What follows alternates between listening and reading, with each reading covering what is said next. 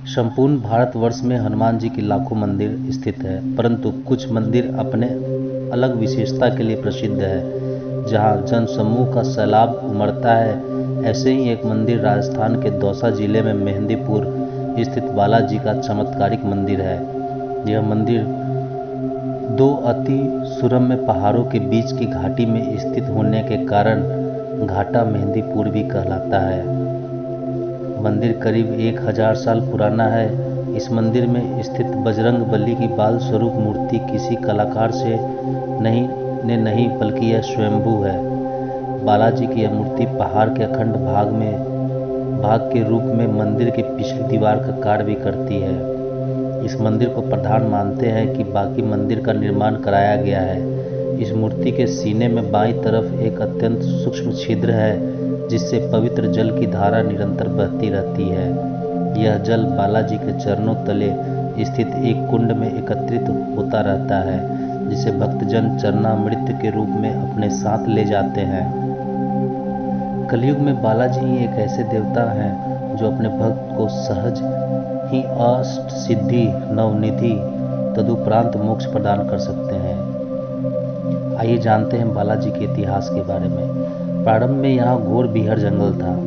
चारों तरफ फैली हुई घनी झाड़ियों में जंगली जानवरों का बसेरा था।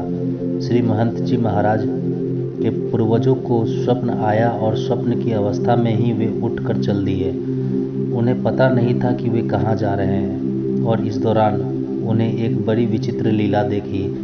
एक ओर से हजारों दीपक चलते आ रहे हैं, हाथी घोड़ा की आवाज़ आ रही है और एक बहुत बड़ी फौज चली आ रही है। उस फौज ने श्री बालाजी महाराज की मूर्ति की 3 प्रदक्षिणाएं की और फौज के प्रधान ने नीचे उतरकर श्री बालाजी महाराज को दंडवत प्रणाम किया तथा जिस रास्ते से आए उसी रास्ते से वापस चले गए।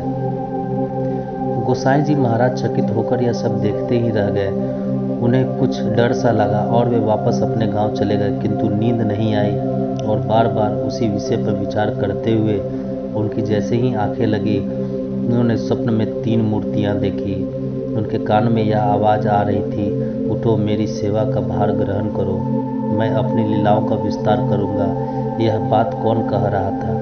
कोई दिखाई नहीं पड़ा। गोसाई जी ने इस बात पर ध्यान नहीं दिया और अंत में श्री हनुमान जी महाराज ने स्वयं उन्हें दर्शन दिए और पूजा का आग्रह किया।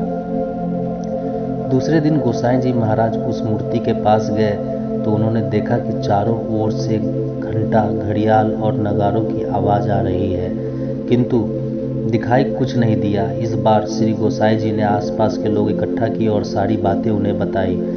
गोसाई जी ने सब लोगों के साथ मिलकर वहां बालाजी महाराज की एक छोटी सी तिवारी बना दी। तत्पश्चात वहां पूजा अर्चना होने लगी।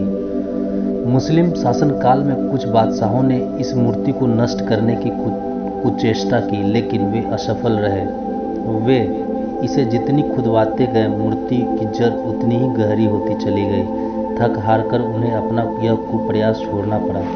ब्रिटिश शासन के दौरान 1910 में बालाजी ने अपने सैकड़ों वर्ष पुराना चोला स्वतः ही त्याग दिया। भक्तजन इस चोले को लेकर सीमावर्ती मांडवार रेलवे स्टेशन पहुंचे, जहां उन्हें चोले को गंगा में प्रवाहित करने जाना था। ब्रिटिश स्टेशन मास्टर ने चोले को निःशुल्क ले जाने से रोका और उनका लगेज करने लगे। तभी चमत्कारिक चोला कभी ज़्यादा हो जाता और कभी कम हो जाता।